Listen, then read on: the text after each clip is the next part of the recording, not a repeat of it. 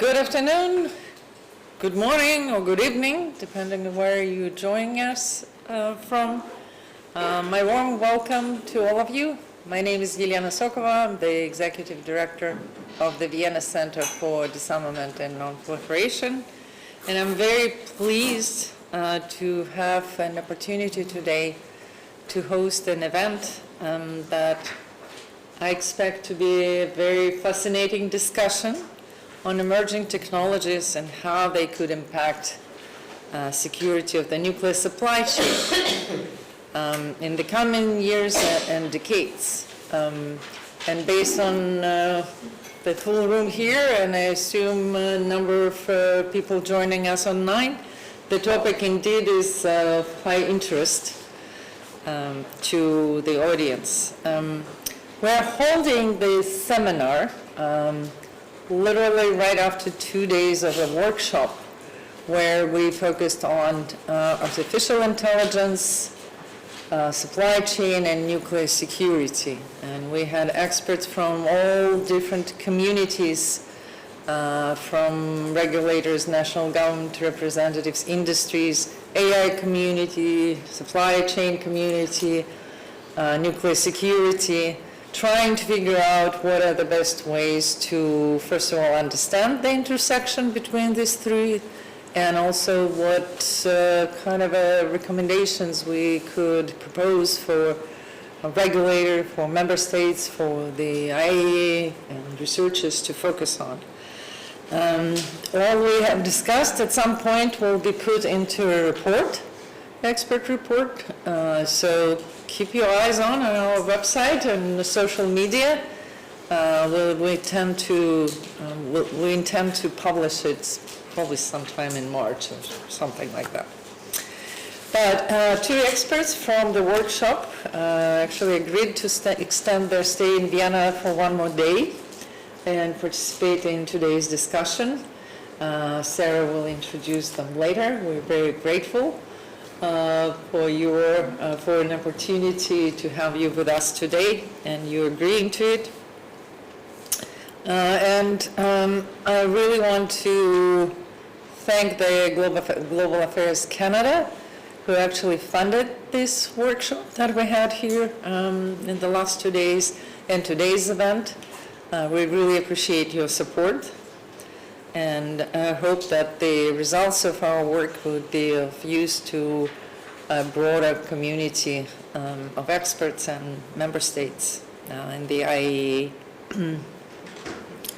But I'm also extremely delighted that we have today with us Ambassador Troy Lulashnyk, who is ambassador to Austria, but also a permanent representative to the various UN organizations here in Vienna, from the IAEA to CTBTO and whatever other acronym soup that we have here in Vienna. But Ambassador Lulashnyk also is one of the champions of nuclear security and many topics that now surround that issue. So I'm really delighted that we have an opportunity for you to give some opening remarks and start our discussion today. Ambassador, the microphone is yours. Great. Thanks so much, Elena, and thank you to VCDNP for the opportunity to be with you today.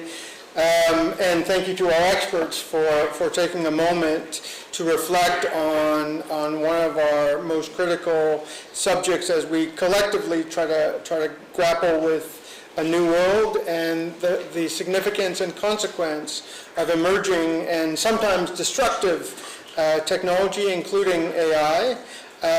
This is a profoundly serious time within which we're confronted with a myriad of challenges brought on by these technologies and applied to what we have done traditionally in the nuclear sector, and that makes it profoundly complex as well. These technologies and AI will feature in our G7 year. Canada, as of January 1st, took over the G7, so we have underlined this as one of our efforts. And so we'll discuss AI and indeed discuss AI in the context of nuclear and nuclear security in the context of the G7 global partnership apparatus.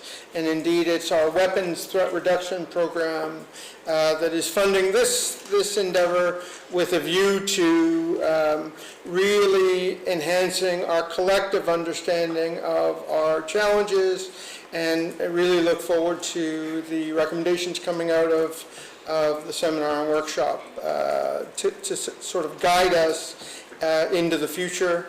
I think if we look at the consequences for the nuclear supply chain, this is very significant.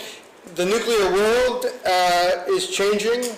We have seen significant increases in new builds, in refurbishments. We have this small and modular reactor category when we have dozens and dozens and dozens of reactor designs floating around, some with very exotic fuels. Some reactors are mobile or small, and so that adds to the complexity of this issue and how technology connects and interfaces in that regard. It's something that we in the Nuclear Suppliers Group are seized with as well, and so we're working on that. We also have the technological forces that are driving AI and other technologies to make our world and the nuclear world complex. And then you layer on top of that a geopolitical situation which has moved from cooperative competitive to highly competitive and problematic. So this confluence of all of these factors means that we have to do much more quickly. And governments are notoriously slow at inculcating and fomenting the change required. And so I really hope that collectively we can do something constructive and something positive to make our world safer. Thanks. Thank you, Ambassador, and thank you for setting it perfectly us for the discussion. I think we probably saved some of the comments that you were planning to say, Sarah. But with that,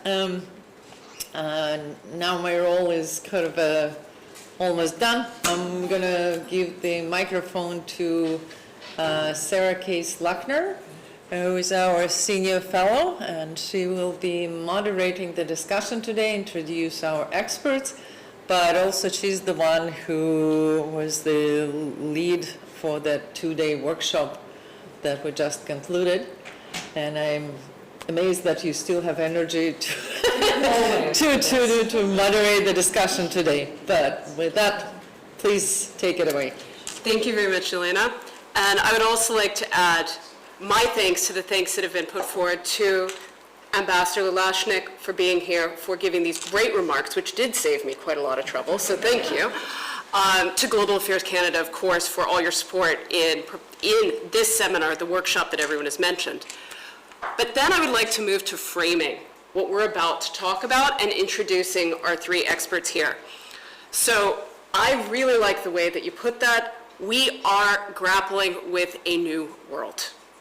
So today we're going to talk about three topics that if we were talking, I would say a couple of years ago, every single one would have seemed very niche and very technical. We're combining them all into something that is even more niche and technical. But these things they're at the top of the news cycle. Let's start with emerging technologies. Is there a day when emerging technologies are not on their way up to the top of the headlines? Not anymore. The supply chain, the increasingly global supply chain we're dealing with, the possibility of counterfeits, all sorts of malicious items working their way into it. We're talking about this almost every day now. Now, nuclear security, the security of nuclear facilities. I talk about it every day. Perhaps it's not at the top of the news cycle always, but it is as important as it ever was. So where do these converge?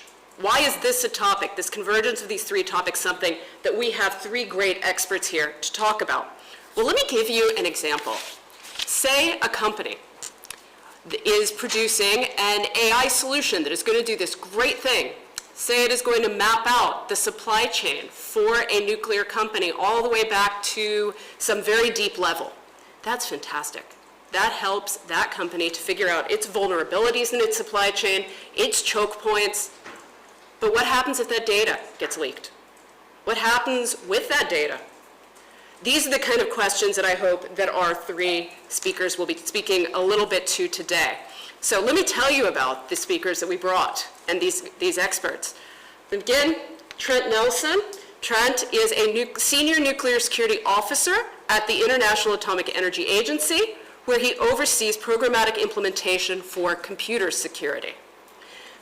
Dr. Jess Smith of Pacific Northwest National Laboratories in the United States is a national expert in cyber supply chain risk management, as well as a cyber physical security expert. And lastly, Dr. Christopher Hobbs is director of the King's Institute for Applied Security Studies of King's College and author of the recent report, Securing the Nuclear Supply Chain, a handbook of case studies on counterfeit, fraudulent, and suspect items. Now with that, I would like to get started on the conversation. To give you some context of how we're going to be doing this, I have 3 questions for the speakers, and I'm going to ask each of them to answer the same question from their point of view, because each of them has such a different background, but so much knowledge on this topic. We will do that with the 3 different questions. They will briefly respond to each one, and then we're going to open for a Q&A from those of you in the room as well as those of you online. I will tell you this again for those of you online, but please submit your questions using the Q&A function and not the chat function. So we'll come back to that whenever we break to the Q&A, a little bit of preparation for everybody. But now when we get started with the first question, I'm going to turn this way to Trent first. But remember, same question for both of you. As we assess the rapidly evolving technological landscape, which technologies do you think are going to have the greatest impact on the security of the nuclear supply chain in the coming years, and why? And what's your biggest concern about new and emerging technologies and the supply chain? Okay, she's timing me, I think. I am. Okay, so that's a very, to start out with, and it sort of goes back to the example that she brought. When we talk about emerging technologies, I see it as a double-edged sword. There are great gains that we get from emerging technologies and new capabilities to advance the capabilities we have within nuclear or any type of supply chain at all. It'll greatly benefit us for trackability from the example she had given, to know and have the detailed analysis of every step of that supply chain. I focus from the agency perspective in protections. How do we protect against that? And later on, there's a document that we developed. I'm not going to cover that now, but we focus specifically on developing a guide for addressing the supply chain issues and what we need to mitigate that. My full concern is really on the digitization of nuclear facilities. We're migrating to new digital capabilities, technologies. It is advancing at such a rapid pace that these capabilities that are built within these components and systems that drive our facilities now have so much capability. And then the reverse side that I see with working with member states, working at facilities, the level of capabilities that their staff have to have the awareness, the understanding, and being educated of how those systems are used and understanding those advancements to make sure that the services that are provided and the capabilities are limited per their use or utilized. And then the reverse side would be on that double edge. The other side is the awareness of the adversary. The same technologies, the same capabilities that we are using to advance nuclear security, advanced capabilities to be more efficient, being able to analyze and identify root cause problems, understand where threat vectors are, could then definitely be used against us. That technology is out there. It is currently being used today, so the very advancements the aggressors are using now, so they can use that against us to develop the exploits, to understand exactly where those choke points are, where those vulnerabilities are, and how they could leverage that to develop their exploits to mitigate. So I think that's my primary to start with. So before we turn to Jess, I just want to clarify a couple of things in your comments. So I think one really great point you made in this is that this is all happening now. This is not for some unforeseen future, but for our audience in particular. I wanted to clarify, when you mentioned digitization of nuclear facilities, just to be clear, you're not talking about future facilities. You're talking about digitization of current facilities that are operating now. That is correct, yep. And that's a continual migration. There's a few plants out there that are fully digital on the new design, new development, but all the existing fleets right now are in the process of digitizing. They're getting away from the analog, they're moving to full digital systems. And with that digital capability comes the whole onset of a lot of vulnerabilities that can be used and leveraged against them, depending on how they set up their architecture. I think we'll get into a little bit deeper other things that we talk about to help mitigate against that, which is zero trust and some other things. That'll come up, I think, in some later questions. But if I look at technology, there's a couple things, and you asked about what I would see would be emerging. AI is top, right? How we can use that to help advance and be aware of how that can hinder us in supply chain. Trackability on blockchaining is another good area that would help us have reliability along the supply chain of how that there's transparency in that, so we know exactly what the product is, where it has transpired down to the end use. And that's another critical, I think, technology that we could think about and consider. Thank you, Trent, for those clarifications. I think that helps. Because although many of the people who are listening to us are, of course, experts in these things, there are many more who aren't. So I think it's helpful to bring out a couple of those points. Jess? Well, I'm going to say he said a lot of good things. Can I go with what he said? Because there's a lot of things out there that are hitting our world, whether it's the AI, like we were talking about the workshop the past 2 days. Additive manufacturing, we're seeing a lot of effort there. We're seeing global convergence of our supply chains. You had the example of one company knowing what their supply chain was. Yes, that's a concern. What I worry about is, what if we have 10 companies and we think that we have security, we have resilience, because we're buying from a range of different countries, different companies, and they're all sourcing some critical component from one. Do we really have resilience then? If they're all using, my usual example is an Ethernet controller chip. There's only about 3 or 4 major manufacturers in the world. If everybody's using just one subcomponent, do we truly have security and resilience? I don't know. I think though there's like the additive manufacturing, looking at that not so much from a end user perspective, but the rapid prototyping that it enables us to do. I don't see additive manufacturing out on the production floor yet. We're not there. However, that the expansion of FPGAs, all of the different ability to do rapid prototyping, we're seeing changes come out in technology at rates that are just unprecedented. And then finally, the biggest thing, I think, will be a lot of the modeling and simulation. When we start looking at the next advances, looking at quantum computing, some of those things, in and of themselves, there's a lot of talk about the crypto and the security challenges there. But the advances in what that's going to enable us to do with the modeling and simulation of our nuclear systems, I think will be a huge change.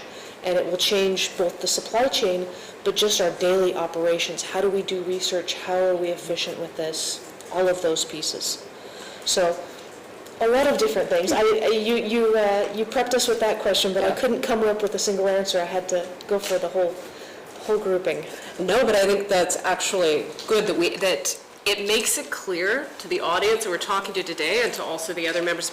We all know there's a lot of things out there, and they're not always. I loved your example, particularly on the modeling and simulation. We don't hear a lot about how that's going to become a big thing, how that's going to be a major change. It's not sexy. That's not at the top of the news cycle. Big change in modeling and simulation. It should be, though. It's interesting. Well, of course, but we do hear more about additive manufacturing, for example. I think most of us hear most often about 3D printing, but all of the scary things that people are able to print now that they couldn't before. So it's also good, sort of reassuring, at least in this conversation, to hear you say that having that become a big problem in the supply chain is probably a bit off. Is that what I think we will get there. Are we there now? No. Right now it's just not financially viable to manufacture things at scale with additive manufacturing most of the time. However, though, the enabling of the rapid development of technology, that's where I see a huge impact to our supply chain, that very, very beginning, when we're designing things, when we're trying to figure out how do things work. Additive manufacturing is such a boon. Yeah, so we should be paying attention to that. We should, No it's question. coming, Yeah. it's not here yet. And one more point, I just want to bring up one more point you made that I think is really, really important, that we're talking about a global supply chain as though it makes it sound like there's a million different suppliers for a million different things, so we should be able to source any part from 15 different companies. But what you just said is it's actually the opposite. Very much so. And I'm seeing that across largely electronics, but across many other spaces too. It's converging. That's also a concern. So, and with that, we are going to get to some positive takes later. Don't worry, everyone. But I doubt we're going to get it yet. Chris, I would like to ask you the same question that we asked the others. Great, thanks, Sarah. And I think a lot of, really good points raised already. So maybe I'll just try and go into just a little bit more detail, perhaps, on some of these, and maybe give some examples of where emerging technologies in particular, AI is perhaps increasing the threat in some of these areas. I should say that at King's, this is a relatively new area of research for us, but one that we're very interested in.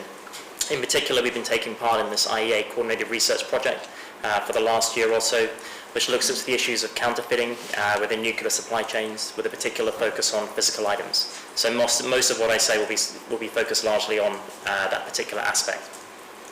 One thing I wanted to say for context, which might be useful for those in the room that are unaware, is that we do see cases of counterfeits penetrating nuclear supply chains and even finding their way into nuclear facilities with potentially quite serious safety and security consequences. So it's not just a theoretical problem that we're dealing with here. At King's, we conducted a nuclear industry survey last year, which revealed that 40% of respondents had encountered a recent case of counterfeit infiltration in their facilities or attempted counterfeit infiltration in their facilities. So it is a real problem that we're sort of dealing with here. So there are a number of emerging technologies, as already mentioned, that can impact in this area, both in a positive and negative way. As mentioned, I'll start with the negatives and we'll get onto the positives a little bit later in the panel. So on the threat side of the equation, technologies such as generative artificial intelligence can be used by counterfeiters to make their operations seem more legitimate. We've seen examples here where companies have created fake web pages, other information, company profiles, staff profiles on LinkedIn and other sort of social media sites. And again, this can all be done much more sort of easily and more sophisticatedly with AI. There's also evidence from other sectors that this type of deception that we're seeing more of can be quite effective at supporting the insertion of counterfeits. And here I think a good example comes from the aviation industry recently. So there was this airline manufacturing company, AOG Technics, which was purported to be a legitimate manufacturer of parts for commercial aircraft, but instead is alleged to have sold fraudulent low quality goods. The actual state of that company is revealed in 2023 by an investigation by Bloomberg, which looked at some of their LinkedIn accounts for several of the senior executive officers and found that many of them, including the chief quality assurance officer, were actually fake profiles that didn't actually exist. But this wasn't before this company had sold parts to large and well-established airlines. It's also not just fake company information that generative AI can support nefarious actors in creating, but we can also think about that in terms of the testing and certification data that accompanies different parts. And historically, if you look at cases of counterfeiting, where counterfeits have made their way into nuclear facilities, often these have been supported by this type of fake documentation, albeit not at that time produced by AI. So I think generative AI, has the potential to make this easier to do and harder to spot. So moving away from how threat actors might seek to use AI, there's also, as already mentioned by the other presenters, the risk that the unchecked adoption of AI tools by the nuclear and other sectors will open up new vulnerabilities and attack routes. There's of course great interest, in this space in the nuclear sector in AI, which combined with other technologies such as the Internet of Things, does offer, significant potential when it comes to improving supply chain management and operations. You might have seen it, but it was only last month that the Korean Atomic Energy Research Institute, KERI, announced it had developed Atomic GPT, as the world's first large language model specialized for use in the nuclear energy field. So this stuff it's happening now. Companies are thinking about how they can integrate this into different aspects of their operations. Here, as Representative alluded to, I think there are lots of questions about the security of these models, how the data that drives them is protected, both from manipulation as well as data leakage, as well as the reliance that we're going to place on their outputs and the level of human input that's necessary to utilize them effectively and safely. So from a counterfeiting perspective, if sensitive supply chain data was leaked through the use of these tools, then this is going to be advantageous, Sarah mentioned this in the introduction, to those counterfeiters that are looking to penetrate those supply chains. This may reveal sensitive choke points, difficult to procure items, which then can be targeted as fertile avenues for counterfeiting. Also, if human oversight is limited and it's used as part of procurement sort of function, we know this doesn't work perfectly. That's intrinsic to a lot of these models. So again, they may make mistakes, procure items that could be counterfeit by accident. I think, if the nuclear industry is going to be implementing AI and some associated technologies with this, it does need to be done in this very careful way, as mentioned already, that balances many of the potential benefits with the potential risks as well. On the flip side, there are all sorts of positive ways in which AI, additive manufacturing, blockchain, and other technologies can be used to help secure the nuclear supply chain, but we'll talk about those a little bit later. No. Thank you, Chris, and thank you for yet another very positive, okay, perhaps a little negative. We will get to the positive. I do have one sort of thread to pull in what you were talking about. So as you said at the beginning, you were going to be talking mostly about counterfeits. I find it a particularly interesting example because in this small nuclear world, we'll often talk about nuclear safety and nuclear security as though they are two completely separate things that will not touch. Safety is about hazards, accidents. Security is about a malicious actor, probably a terrorist, though not always, often a criminal, who wants to create chaos. Here we're in this place where when we talk about counterfeits, it's not necessarily malicious in the sense that they intend to destroy the nuclear power plant. They just want to make money, but the effect ends up being the same. Is that also what you would say, or do you have any comment on that as a... Sure. Yeah, no, I think it is an interesting area. It's sort of where you see this kind of convergence when it comes to the sort of safety and security issue, because you can have potentially a nefarious actor which traditionally would be thought of as a security type incident actually causing quite a serious safety outcome at a facility. Conversely, you can also have counterfeiting of security related equipment as well. Sure. We don't see nearly as many cases of that historically, at least in the open source, which I have I'm privy to, but there is this, I think, slight concern that might be because we're just not looking as closely at that particular area of it. I think from some of the broader research that we've been doing that we hope to publish relatively soon, there has been a big focus, I would say, in the nuclear sector on counterfeiting as it relates to sort of critical nuclear safety, but not necessarily sort of other aspects of nuclear operations and that security side. Indeed, the IAEA CRP that we were part of was specifically focused on the nuclear security aspects of that, because that was one which, is believed to have been relatively, under-addressed. I should probably have said as well, if you're interested in reading about some of these real life and quite worrying cases that have occurred historically over the last 10 or 20 years, the case study handbook that you mentioned, freely available on the King's website, so do have a look at that. Nuclear examples and also non-nuclear examples as well. Thank you, Chris. And I think we'll have the opportunity to keep talking more about that particular issue as we get to the second question. And the second question I have for all of you, and this time I'm going to start with you, Jess, so please be prepared, is that in particular, so building on this discussion that we've just had a little bit further, how do you think that new and emerging technologies are likely to alter the overall risk landscape for the nuclear supply chain in the coming years, even in the next decade, though in terms of emerging tech, that's like a millennium? Can we even guess at this point with that in mind? And how will that change our assessment of risks?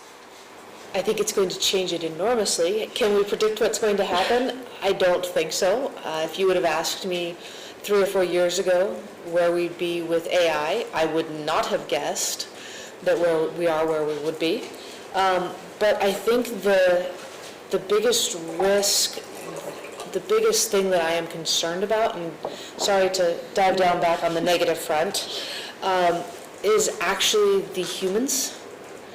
because we have some seriously misplaced trust. You get some folks who, AI is a great example. When they ask ChatGPT a question, they believe the answer they get out of it, without knowing that that answer may or may not be correct and may or may not be accurate.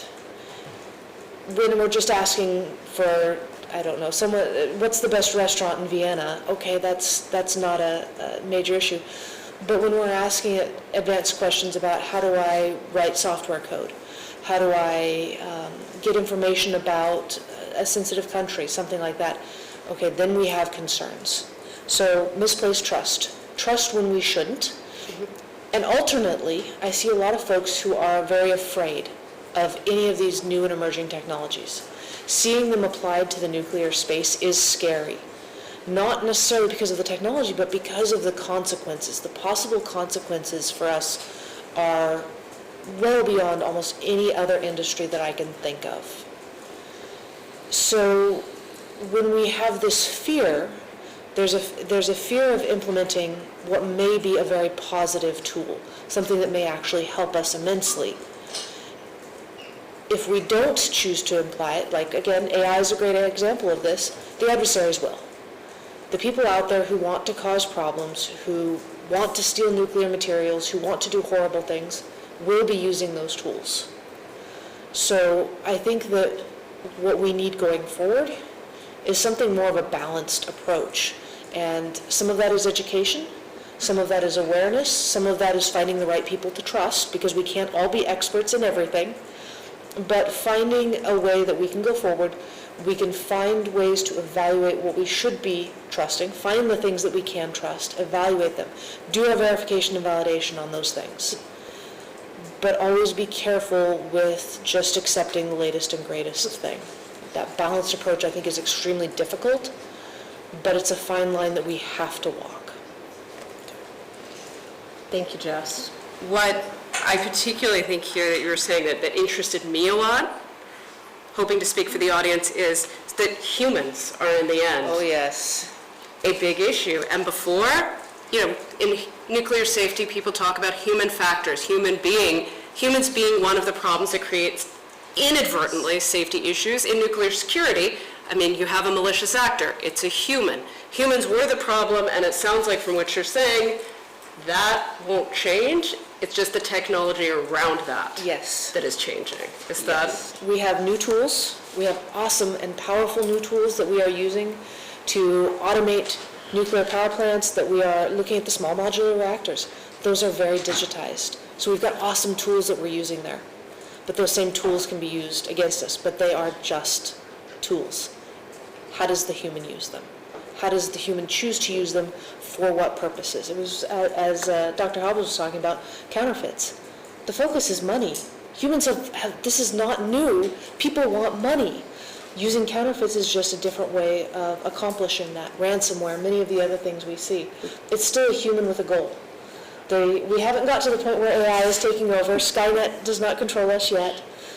It's still just a human. And yes, the humans scare me more than anything. I can fix technical problems. I can secure a computer. I can secure a control system, so long as you take the human out of that system. But we can't take humans out of that system. That's not an option. So that is, not only, I think those are some really good quotes that we could use. Yeah, be careful. It's also a really great transition to turn back to talk more about what Chris had been talking about counterfeiting, or whatever else you want to bring in to continue on the second question. Great, thanks, Sarah. I think when it comes to thinking about the risk landscape, when it comes to emerging technology and the nuclear supply chain, I think it is very difficult to predict at this stage. I don't think we really have huge amounts of adoption yet, and that's not necessarily a bad thing, because it obviously does also give us time to get this right, for these tools to be implemented in the right way, with appropriate consideration given to security and some of the other risks that we've already talked about. There is more adoption in some other sectors, aviation, automobile, all sorts of other things as well. So maybe there's some interesting lessons that we can start to draw on that in terms of maybe predicting how the risk landscape might change. And again, that's probably quite a furtive area for research. One thing I would say that's perhaps a little bit more, positive than what Jessica said. I don't think the risk landscape, it doesn't necessarily have to go up. There are lots of positive ways at which we can use these tools when it comes to managing and improving the efficiency of operations along the supply chain that might actually serve to reduce some of these risks, including the counterfeiting risk. It's just this question really, if we can get the adoption of these tools right. And at the moment it's a little bit unclear, whether or not we will. But the workshop we've had over the last couple of days, I think, has been a great way to tease more of these issues out, and there's definitely more sort of research and work in this area that's necessary. Thank you, Chris. I think the question I would have for you is, so you said risk doesn't have to go up, but you'd also noted, and I'm wondering how this goes together, that aviation and other sectors are ahead of the nuclear industry. Do you think that's going to help, the fact that nuclear is a bit behind on adoption, or do you think that is a hindrance to the nuclear-specific risk landscape? I think it could potentially help if we can extract some of the lessons from their implementation. I think perhaps some of the challenges from that, when I speak to those of colleagues that work more for sort of regulatory bodies, I know there's a lot of international discussion amongst different nuclear regulators, but I don't know how, for example, much discussion necessarily occurs between regulators from different sectors, because there can be quite a sort of barrier differences between how the sort of sectors operate and are regulated. So. And also as well on the sort of utility operator level as well. This would be great to have, but I don't know how much of that necessarily has in practice. But definitely there's opportunities for NGOs such as yourselves and ourselves at King's to try and tease some of these lessons out. But so that's something to do. Not aware of it happening right now, but it definitely gives us sort of opportunity as slightly later adopters perhaps of this technology. Well, and I like that you've given some opportunities for us, actually. Sure, So that's nice. Yeah, by accident. Yeah. So I would like to then turn to Trent for your views on that question as well. Okay, so a couple things that I'd like to ping on, Jess, that you were talking about the trust side. When I look more detailed into the nuclear, it's, from the facilities, I'm going to throw out the word blind trust. And this is really around their supported vendors and the trust that they have within them, not, which they should question. Trust but verify is what I would say. Because we can't blindly trust anymore, knowing how these emerging technologies are growing. When we talk about the impact around these emerging technologies to the supply chain, I think the threat vector, the threat landscape has quadrupled. It's going to grow tremendously. The risk is there, and maybe the risk won't increase, but we got to think about a whole bunch of other vectors and capabilities. When we looked at originally the threat landscape in supply chain, and this was with 20 member states that we worked with, and when we were thinking about developing the document, and I was glad to hear that Shannon Agers was here for the conference. She was part of this. We developed what those threat vectors were. There were 6 core ones, and that's just a tip of the iceberg, I believe, now, but there were 6 of those, and across the entire life cycle of supply chain, from those that are requiring services and support or products, whether software be hardware or services, they build the requirements and then they put it out for requests, and then it touches 20 different potential vectors from different suppliers and the supplier's supplier, to where there could be infiltration, there could be something to where they could get into that product and then it comes back to the supplier or to the acquirer at that point to test and validate. So how well do they understand and know where that transpired? I think tools and capabilities, we talked about blockchaining, could help to do that, to help facilitate who all touched this, what's the reliability or the ability to trust that product, and then it's verified. So that's one thing. Now I want to throw a positive spin. I know we've been talking about the doom and gloom and the issues, how technology can help us in the supply chain. And I think really at implementation for whatever you're doing for your products is utilizing this capability and these new technologies to help us advance the identification, to understand when there's a threat, what the anomaly looks like, to give us an early indication of, is there a problem? Because that threat vector is so large. When I look at nuclear power plants, I'll get very specific on fingerprinting. Those facilities usually run in a very similar automated fashion. There's not a lot of change when you get into the communication. So it would be fairly easy if you are using fingerprinting, real-time monitoring, usually using tools that can crunch this data and give us an awareness of that traffic and how it flows better than we can from a human perspective. There could be an early identification of a potential problem early on so that we can mitigate that from the attended consequence. I've seen this happen before, and it's all around utilizing technologies, and this is emerging. I know you've heard about fingerprinting before, real-time monitoring, but having engines and AI models be able to analyze that data for us so that your responders can get that early alert so we can stop a potential threat or a vector from happening. Thank you, Trent. I actually have two questions for you right off. Yep. But I'm going to start with the one that I'd like to pose on behalf of maybe some of our audience. Maybe you're all way ahead of this, but you referred a lot to blockchain.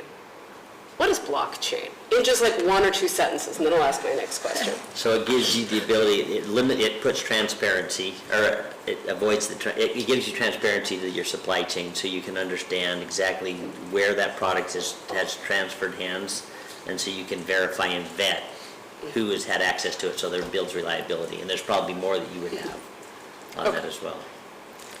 Do you want to add to that, or? I might talk about it in the next bit if it's Okay, so then we'll pause. Yeah. That was important because it keeps coming up, so I didn't want to leave that standing. Yeah. My main question for you, Trent, is, so you talked about threat vectors, and you referred back to this IAEA document, which I believe now must be a number of years old, several years old at least. 2022 published. Yeah, so it's a couple of years old. And so it's changed. Things are changing, and so my question is, with the speed and movement of emerging tech right now, do you think it is more likely, in your expert opinion, that these new technologies are creating new threat vectors, or are they just making the existing threat vectors that were identified in this paper more critical, more dangerous, or neither? So, yeah, good question. This is the one she's referring to. I brought a copy. I'll leave it for access. You can get this electronically free of charge, of course. The focus of this document, I think, is still valid, even though with all the emerging technologies. And let me preface that. I talked already about the threat vectors that you had brought up, and it identifies in this all the different vectors that a product from inception to decommissioning or canceling that product out will touch, all the different players that would be involved in that. And then what type of threats at those different layers could be leveraged to implement that, maybe do an implantation or code modification that can hopefully go undetected to full delivery. And I've got an example around that one I won't share. Anyway, I'll just skip that. You can go out and identify real known supply chain attacks. This was at a high level, a nuclear vendor that is one of the top vendors in the world that supplies all nuclear facilities, and they had a compromise with their source code that was actually implanted malware that got distributed to every vendor. I only know about it because my pre-life before the agency was with Idaho National Lab, but I supported the Department of Homeland Security, and we did incident response to assist when there was a threat or a compromise, and I had a chance to work with that vendor. So that aside, the threat is real, and that's the threat vector. The document covers 4 main areas of a supply chain through provisioning, use, correct, and being able to identify 4 phases in here. The first primary phase is the most critical one, and it ties into some other work that we're doing that's soon to come out from the agency, but it's specify.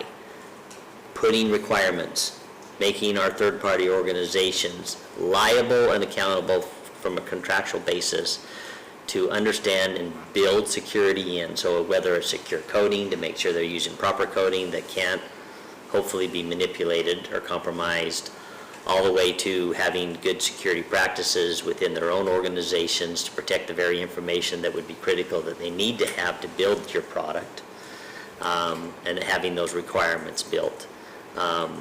With that said, and so anyway, I don't know if that quite addressed your question, but that's, I think, the primary element from a protection perspective is requirements. On top of that, hopefully this quarter, the agency will release a new document that we have been working on. Sarah was part of that when she was still with the agency, and I'm glad to see it coming, is nuclear security regulation.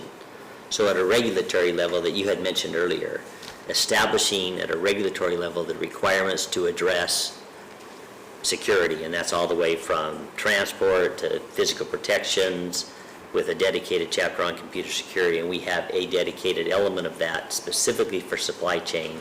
So from a top-down approach, requiring that, so it has to be addressed within the member states. Did that help? It did help. I mean, there was a lot of information. There was a lot, sorry. No, but thank you, because that's what we're here for, is to get a lot of information and learn from people who know all of this stuff much better than, well, I certainly do, and probably many of you. But now I'm going to move on to our last question, because now I want to end on an upbeat note as opposed to all of this doom and gloom. And so we've talked about the risk landscape. Let's talk about opportunities. Let's talk about what good could come from these emerging technologies. So I'm going to pose this question to you, Chris, first, and then we'll come back to everyone else. Do you see a role for new and emerging technologies in building a more secure nuclear supply chain, especially considering the potential for a worldwide expansion of nuclear energy? And what do you see as the biggest way in which these new and emerging technologies could help in the coming years? Great, thanks, Sarah. Maybe I'll start with additive manufacturing, which Jessica has already brought up, but we haven't necessarily talked about a lot so far.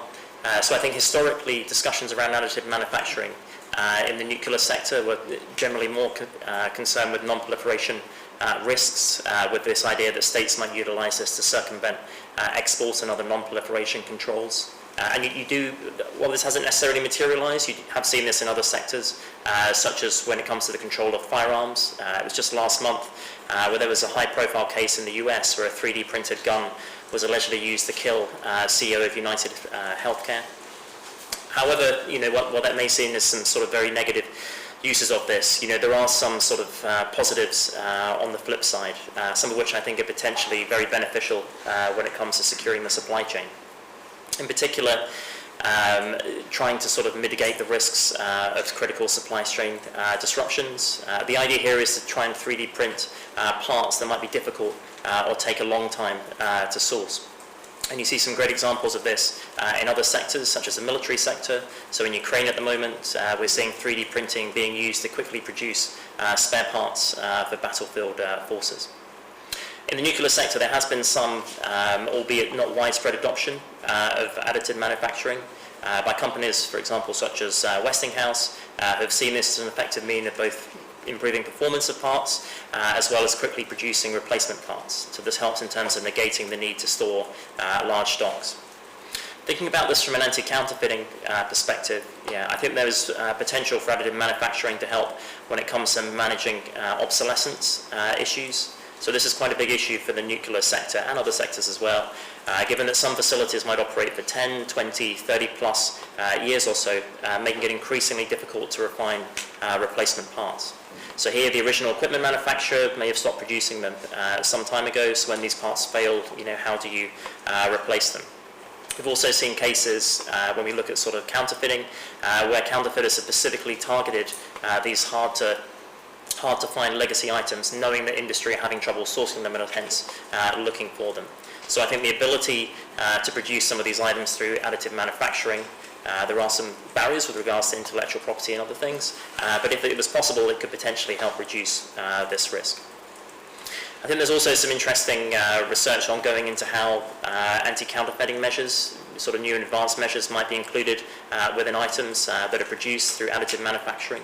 An example here would be magnetic tags that are put inside 3D printed parts, which then can be linked to a blockchain, which would enable you to check their authenticity and provenance over their life cycle. So I think this technology does offer some advantages over traditional anti-counterfeiting measures, such as external markings and QR codes that might go on the outside of parts, as these can be more easily faked. And we do see a lot of examples of fake parts where you have these external markings and QR codes reproduced. So moving away from additive manufacturing, maybe coming back to the use of artificial intelligence in supply chain management to support our anti-counterfeiting efforts. Again, it's already been discussed a little bit, but I think there are a number of new and interesting ways in which this might help. Several of which are already being sort of developed and used in other sectors. Firstly, there's this possibility of using AI when it comes to forecasting potential supply chain disruptions, be it caused by natural disasters, conflicts, political upheaval, and so on. And this can be done by using AI to better map organizations' extended supply chains. So this includes their suppliers, their sub-suppliers, their sub-suppliers, suppliers, and so on. And there are already a number of tools already out there for doing this that relate to supply chain visualization and network analysis. And this, I think, is potentially very useful from a counterfeiting perspective, because if you are able to eliminate potential shortages that may occur because of these broader events, then it's going to be harder for counterfeiters to take advantage of this. Because again, historically, we do see this. During COVID, for example, when there was a shortage of computer chips, counterfeiters moved to flood the market with flake chips because, again, they knew there wasn't much legitimate inventory out there. So again, this idea of using AI tools to help organizations try and avoid potential shortages of supply. There's also potential use when it comes to better understanding your supply chain in assessing sort of broader sort of risks that may occur with this. For example, you may have a better understanding of suppliers who may source parts from regions where there's known to be a high level of counterfeiting activity. So again, making you think that perhaps you might want to go with an alternative supplier. Also wanted to, just a slightly more sort of niche sense, but AI is also being deployed at the moment in the electronics supply chain, in the manufacturing part of that, to support the identification of counterfeits as this technology is being constructed. There's a whole host of sort of visual and spectroscopic technology that's being developed to try and detect sort of counterfeits and defect parts as sort of circuit boards are being constructed. So again, all of this does support anti-counterfeiting efforts. I would say, just to sort of finish, that I mentioned these examples, that I don't think a lot of them are necessarily being applied yet in the nuclear sector, but if they were, and they were done in this sort of secure and responsible way, then I think there would be, some good opportunity there for us sort of being able to reduce the risk in this space. Thank you, Chris, for bringing us into the balanced other side of the new technologies. And I really appreciate it. I'm not going to ask more follow-up questions, as I want to get quickly to what the audience wants to know, but I do want to point out, I think your point about hard to find legacy items is going to become a more and more important issue for the nuclear industry in particular, as a lot of power plants are aging. So I think it's a really good point, along with the anti-counterfeiting, the tracking. Now I'm going to turn to Trent to bring a little more sunshine. So, as far as sunshine goes, I think he's already talked about some critical things. I think I jumped the gun a little bit on some of the technologies you could use. My apology. But one thing that the agency is also doing to help advance this, and this is going to be soon open for member states to be a part of, we're going to do a specific coordinated research project focused on AI and how that can physically be used, both from a positive perspective, as we discussed today, as also the negative side. And how do we get our handle on that so we can have a publication that goes out. It'll be a tech doc, so we can get it out quickly, because sometimes it takes a while to get our publications out. But get that information from that research open to everybody. We've done several researches. We have a research project. We have one right now on SMRs. And that's a good use of new technologies. And we talked about nuclear power plants in the introduction, knowing that there are also floating NPPs out there. When we look at that central location, lack of staff, we have, remote access capabilities into that. What does that consider when you're looking at operating facilities at a small scale as SMRs? So those are both open. It's positive to get interactions from universities, research organizations to be part of that we will kick off here shortly. So I open that up for come and join the party. Let's figure this out together, because it takes everybody that's here throughout the world to address this issue, because it's that big. Thank you, Trent. That helped. That is helpful, and then I'm just going to go to Jess for her thoughts before we turn to the audience. Certainly. I really have two areas that excite me when I look forward. When it comes to, first of all, the people side. I know I said that people scare me, people are my greatest fear, all the things, but people are also our greatest strengths. People are finding ways to communicate about the supply chain, whether it's S-bombs and H-bombs, software bill of materials, hardware bill of materials, whether talking about a new AI bomb that may be coming out, ways to communicate information about our supply chains, especially our digital devices. Those efforts, I think, are going to be revolutionary. Yes, there is a chance that they can get misused, but I think over the past couple of days, my fellow workshop participants heard me say, security through obscurity is not true security. If we don't know, we can't fix it. So those communication efforts, being able to find ways to talk. Back in the US, our National Institute of Standards is working on a standard for, okay, well, how do we discuss supply chains? You get the big companies, the Amazons, the Siemens, they have their supply chains mapped out fairly well. But that is all internal. How do we get this outside of this? How do we support the small entities, the mom and pop shops that are making the one-off part that we all have to have? How do we enable those folks to communicate as well? So people actually give me a lot of hope. On the more technical side, the other thing that really excites me is all of the different verification and validation techniques that we're advancing. It used to be that when you got a digital device, it was very much a black box. I plug it in, it works, or it doesn't. I have to trust that.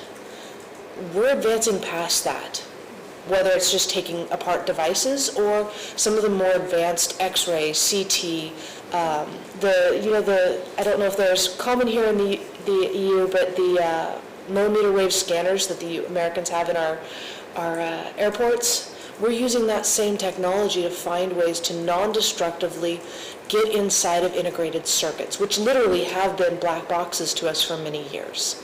So there is a great expansion in some of our imaging technology that is going to enable us to understand these critical devices, these critical systems, without destroying them, because that's been historically a thing. You take the thing apart, well, okay, that's great, I trust it, but I don't have the thing anymore. So those are probably my two big areas, the fact that we are aware of this problem and we're working to communicate and find new ways to attack it, as well as then the advancement technologically in some of our verification and validation methods.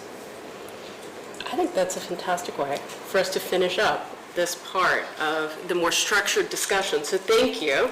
And just quickly, thank you to all of you. I'll thank you again in a moment, but thank you for this part. We're now going to move to taking questions from the audience. We are giving priority to those of you who have come here in person today. If you have any questions, Carolina, who's here, has a microphone. So just wait for her to come before you ask your question. So you can ask it in a way that will make sure that our online participants are able to hear. And so we already have a question. Thank you. And please identify yourself, if you would, before you ask the question. That would be great. Thank you. Good afternoon. My name is Eva Can, former IAEA and former also nuclear export control specialist working for a national nuclear regulator. So I've been following the developments quite closely. And let's take the example of additive manufacturing, in particular 3D printing. So you can now print part 1 and part 2 items on the NSG guidelines lists. So not only dual-use items, but actually also single-use items which can only be used in the nuclear sector, like reactor parts or fuel parts, using 3D printing. So I see the danger of the nuclear supply chain, which we see currently in some of those main nuclear supplier countries, moving from there potentially to nuclear proliferator countries. Because just imagine there is currently none of the 3D printers is on any of the control lists, and also I think it's practically impossible to control 3D printing, because you can use it for anything, for dental devices, for jewelry, but you can also use them, as I said, to print some of those items. So my question is, how do you see this risk of the move of the supply chain from the traditional suppliers to somewhere else where we don't want it to go? Okay. Thank you for what will almost certainly be a really interesting question. Let me check one more time. Does anyone else have one? We'll try to group a couple of questions together. If someone else has one. Thank you so much. Kate Churchill-Smith from the Permanent Mission of Canada here in Vienna. I have a question about a perceived culture of privacy in the nuclear sector and how that may impact risk and risk assessment as we move forward. This is sort of a private sector that manages billion-dollar assets, and as my ambassador noted, is increasingly competitive. And so, you know, we at this table as practitioners and diplomats and academia can talk freely about these issues, and yet to what extent, how do you perceive sort of a culture of privacy and private sector? Like, what does that mean in terms of our analysis of this risk moving forward? Thank you. So thank you for that, Kate. I think that those two questions are substantive enough that that is going to, what I would like to do is actually ask each of you for your reflections in whichever order you should choose. And starting with Trent this time. Because I'm ready. So, excellent questions. For the 3D printing capabilities, and I've seen this at nuclear facilities, why are they doing that? And I've had examples around not just 3D printing for parts, but also from a technology standpoint. It's because they have not been able to vet appropriately to their satisfaction the products that they are receiving. So they opted to say, we're going to build our own. Now, in order to build their own, do they have good requirements? Do they have to be able to meet the level of sophistication and reliability of those products is the concern, and there you can do anything in 3D printing.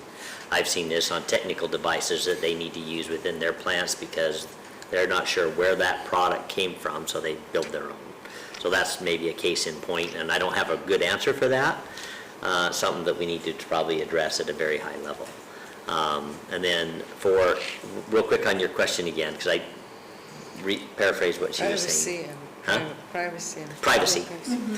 Big issue. Nuclear facilities, of course, are regulated. And so a big piece, when there are any issues that come up, they report according to requirements of what they're responsible to report. There's a lot of other things, though, that maybe transpire or things that they have identified that they will hold close because it is a very competitive market, and or they don't want to have regulatory oversight that would mandate other things that they need to do. For the bigger good, they need to at least address those issues, and we've encouraged them to make sure if one site has seen something, whether it's in supply chain or whatever it might be, proper reporting to make sure that if we have certs that coordinate across states, which is information sharing, we at least can start putting a picture together of some campaign or something that's happening. So we are encouraged them to report at least to their internal cert, or depending on what they're willing to share, but that's a tough item for them of what they're allowed to or what they would be willing to share to address a bigger issue. So it's a challenge from my point. Do you have any thoughts, Jess? I have thoughts. I'm not going to say they're good ones or cohesive ones, but I have thoughts. I'm going to take what I think is actually the harder one first, looking at the additive manufacturing. My question is the manufacturing and the creation of it what's concerning, or the fact that they were able to get good models? Because to print something, you have to have a model. You have to have a way of defining that. I don't know the nuclear space in the depth that you do, so my question would be back to you is it concerning that they can print it, or is it concerning that they were able to understand it at that level such that they were able to create that model? Well, I think so far we don't have an example of a proliferating country, at least not a known example of a proliferating country using that technology to print controlled parts. But I don't think it is that difficult to acquire the equipment, to create models, and then to actually produce such or replicate such equipment from maybe existing equipment, then you just 3D print more of it, or to get the models somehow. I don't think that would be such a difficult thing to do. I mean, I don't know enough about the technology, but Okay, because the thought was that if they can get those models, it is a concern that they can produce those things, but they could, if it comes to 3D printing, you're talking about PLA, you're talking about plastics. And there are many other ways that even a small country, very, very technologically disadvantaged country, could take and produce a plastic part.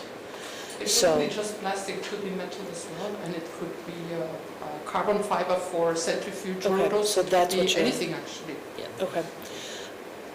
3D printing enables them, it may make them go faster. All of those, whether it's plastic, whether it's metal, whether it's carbon fiber, there are other ways to create devices out of that, especially for at scale, are much easier than additive manufacturing. So it is a concern, yes. I don't know that... It is not one that I am not concerned about, but I think it will be one where I am more concerned about going back to finding what are the tech specs, what are the definitions of those things, because if they can 3D print it, they can create it other ways. If they can print it at scale, if they can start creating these at scale outside of 3D manufacturing, they can use the rapid prototyping, I guess, is the same way we can. That would be my greater fear, is that they will leverage that then to advance something else. So, the culture of privacy versus risk. That has been, because I brought up software bill of materials, hardware bill of materials, and figuring out how do we share that data? How do we share information about what is in our software without violating the companies providing that software's intellectual properties has been an ongoing discussion of that group, our working groups that are trying to create those standards. And I am coming more and more to think that, first of all, again, security theory of security is not security, but it comes down to designing and being aware that information will be shared, and designing our systems such that they're basically like an encryption algorithm. An encryption algorithm, anyone in the world can look at what our major encryption algorithms, how they are built.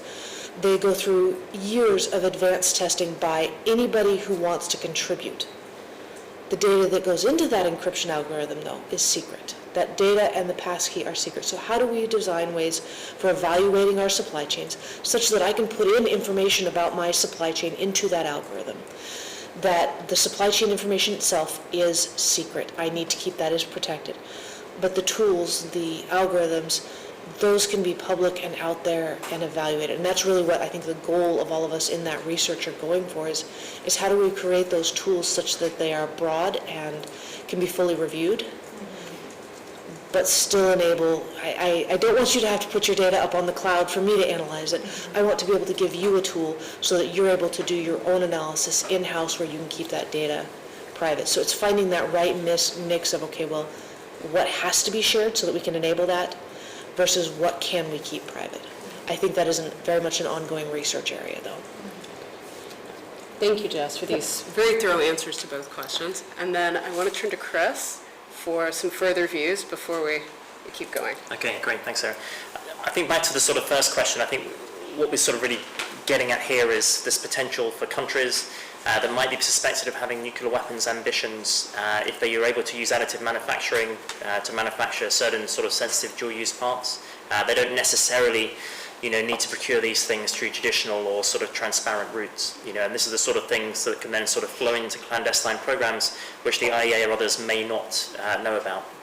And again, as I sort of said previously, this is something which has been talked about by the non-proliferation community for some time, relevant sort of NSG and other sort of export control legislation, as I understand it has been sort of updated, to sort of emphasize the need to protect the design information, which is what we use, which is what is crucial if you are going to sort of use additive manufacturing. But I think the key thing here is that when it comes to sort of export controls, the enforcement, has always been the challenge here, and it's something which isn't necessarily done particularly evenly across the entire world. So I think it is it's definitely a sort of challenging and potentially, concerning area, although I don't know sort of any specific examples where that has sort of happened so far. With regards to the second point, so the culture of privacy in the nuclear sector. So I think if we're really going to exploit, some of the real potential benefits of some of these technologies, such as sort of the AI ones, which we already talked about, they're going to work better, if they have sort of, rich and reliable data upon which to build, albeit, that information does need to be shared quite carefully. But it is going to be a challenge. I know from sort of looking at other areas, and also on the issue of counterfeiting, even sharing sort of information on, say, counterfeiting cases within national nuclear sectors can be quite difficult. So sort of sharing that internationally across sort of global supply chains, it's going to be very hard indeed. But if we had that information, if we had examples of sort of, actual counterfeits, and this software can sort of do, or this sort of, these new tools can do comparisons against that, and the tool is going to be much more sort of potentially valuable to use. So what are some of the barriers that could be broken down there, I think is potentially very beneficial for this if it's done in a quite responsible way. So thank you very much for that as well. So I understand, do we have any questions from our online audience that we might want to address before we turn back? Yes, we actually do have quite a number of questions.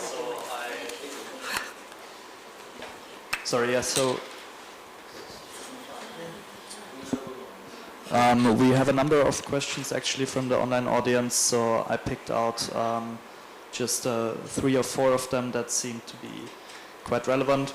The first one is, do you see that emerging technologies are enablers or actually hindering developing countries interested in adopting nuclear energy and localizing the necessary technologies? And do you see the security regulations as hindrance or promoting of such pursuits? Mm-hmm. The second question, are IAEA standards and safety for standards for safety and security currently being revised and adapted for the AI age, and specifically AI applications relevant to safeguards measures? Who will be responsible for issues of automation and digitalization of nuclear facilities, supply chains, such as the employment of drones and autonomous vehicles and robots? And the third question is on the risks and vulnerabilities of nuclear supply chain, malicious actors. To what extent do we have accurate mapping of malicious actors worldwide, and to what extent can we keep up with the adaptability of such actors who undoubtedly will stay on top of regulations being implemented in the space? Thank you, Benedict, for reading out these excellent questions. I think the second one belongs probably exclusively to Trent, but the other ones are good questions for all 3. But this time, why don't we go ahead and start with Jessica, and then we'll get to the IAEA question when we get back to you. You start with me at a time I'm not ready. That's how this works. Emerging technology, I caught a couple of different things in there, so correct me if I missed a question. Emerging tech hindering or helping small entities, I actually see them very much helping small entities. Things like AI, again, it's a tool, but it can give someone who is less advanced, less skilled in something, a bit of a helping hand. We've seen people using it for like creating software code. You can go ask ChatGPT to write code for you, and it will enable you to do things that maybe you weren't able to. However, there's always that concern that you will not be able to evaluate whether or not you actually got something useful or good out of it. There's always that concern. So I do see it very much helping a lot of the smaller entities. There was a question there as to whether or not the policies are helping or hindering. I'm afraid I'm not going to go anywhere near that particular landmine of a question. I think that policies can help and policies can hinder, and it really depends on which one. I got one in there about keeping up with the malicious actors. I think that's always been a challenge, though. That's nothing, yes, we have new tools, yes, we have new people coming in different ways, but keeping up with bad people who want to do bad things, that's human history. This is a new world. Yes, we're going to have to advance in new ways to keep up with everyone else, but I don't necessarily think that's a bad thing. I will admit I went into computers because I liked learning new things all the time, so maybe I'm prejudiced that way. But that's just the future. And then there was a third one in there. Which was mostly on the IAEA. Okay. We'll let Trent handle that. I can pass it so off you're- to Trent. Can we do that now? Or Yeah, go ahead. I'll make it quick because of time to make sure we get, are we addressing emerging technologies and AI within our IAEA guidance?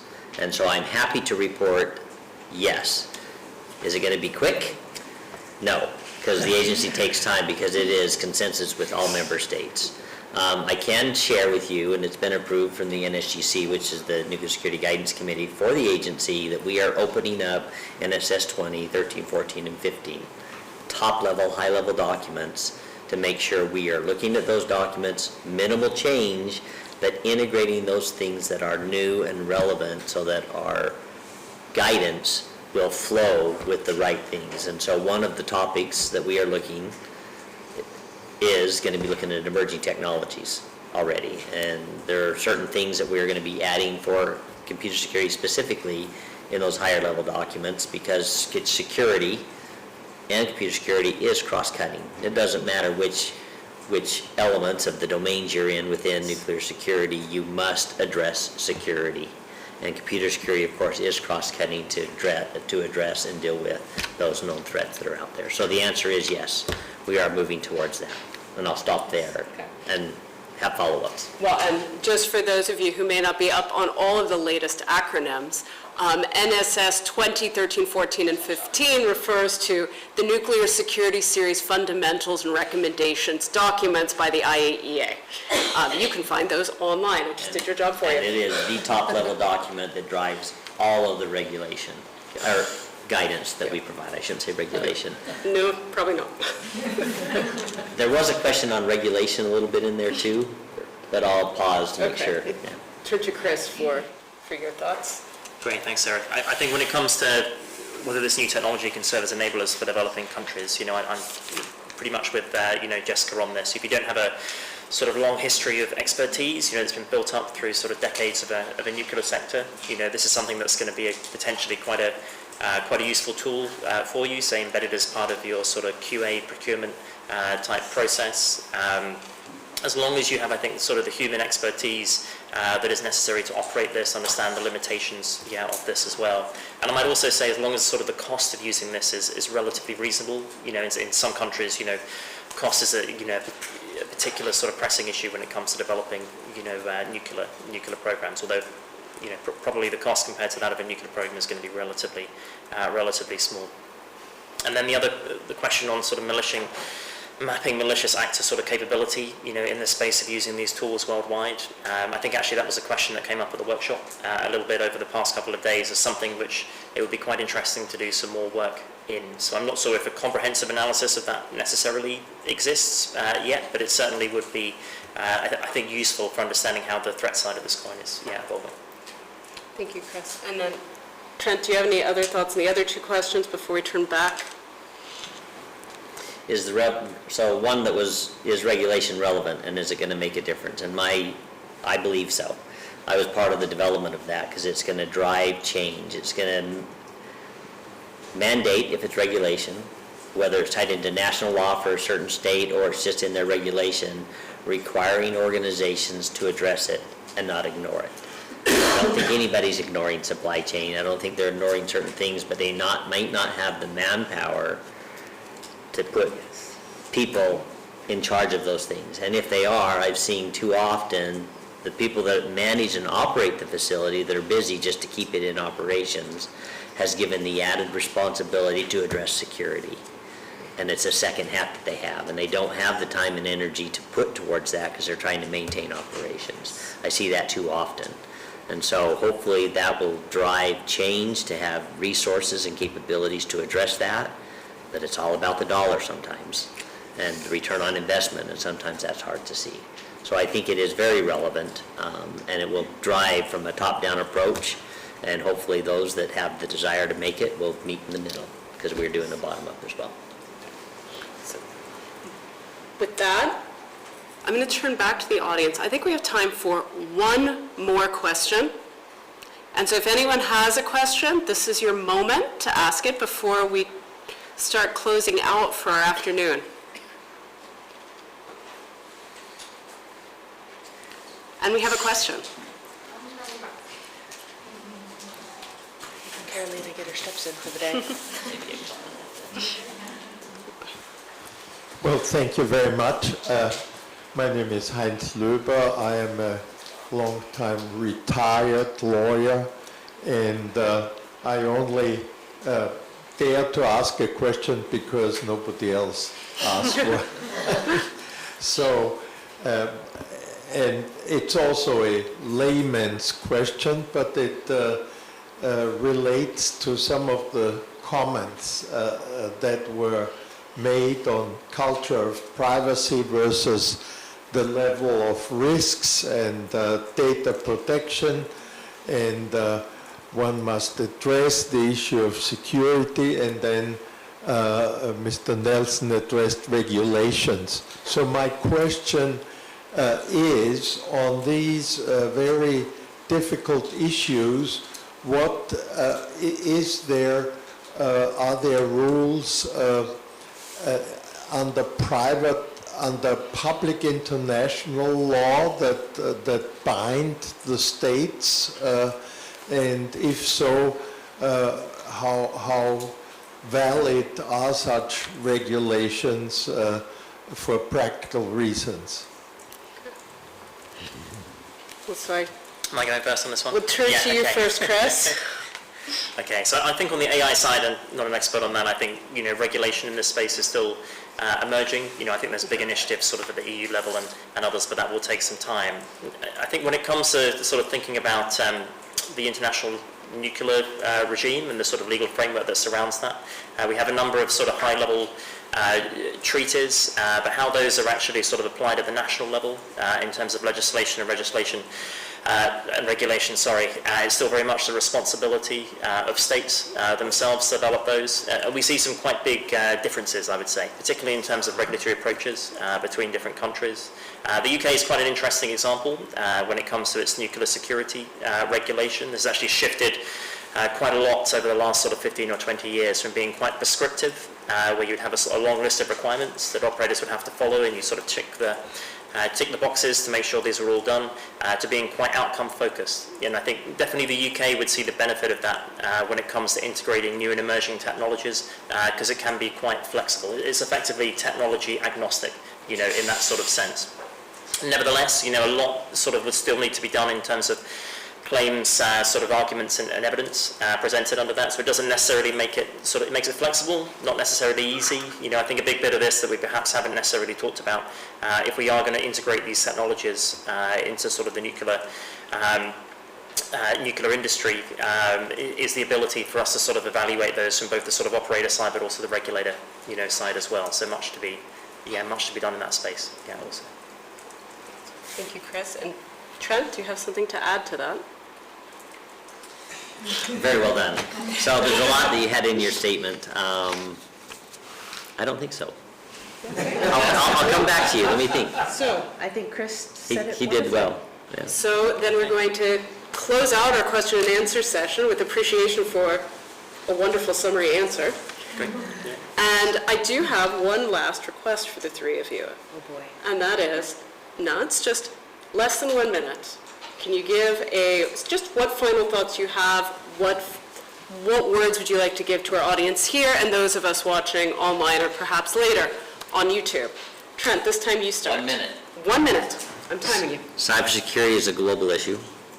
It's something that we all have to pay attention to and focus on because it's so vast. There's so many hands that gets transferred through developing good secured product. We got to use tools to help advance that capability, to monitor, detect, and help prevent ill use of the supply chain.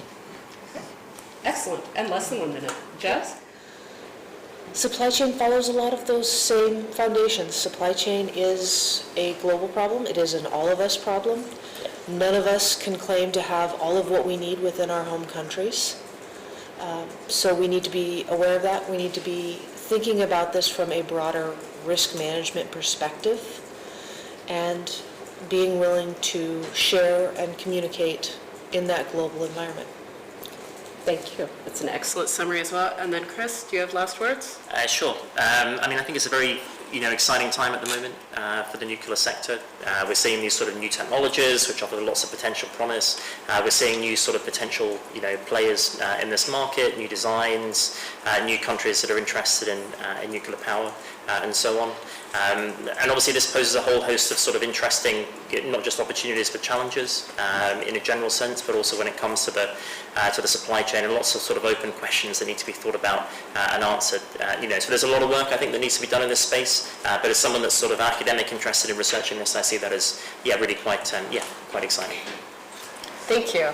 And so from the moderator's perspective, I want to just say thank you to all of the panelists for being so thoughtful, so helpful, and such a pleasure to moderate. I'd like to thank the ambassador for having given us these fantastic opening remarks, and all of you for being here. And then I will turn to my executive director if she has any final comments before we close out. I expected to come up with something as smart as our panelists, but I just wanted to say that I immensely enjoyed the discussion. It's very interesting. It's kind of one of these issues that maybe not everybody in the world is thinking about, but definitely those of us who work in the nuclear non-proliferation, nuclear security, nuclear energy development domain are grappling with. And it was a fascinating discussion. I've learned a lot myself. And I'm sure that those of you here and those online have enjoyed the discussion as well. Thank you all for being here and online, and thank you all panelists and everyone. Have a really nice evening, day, or morning. Thanks.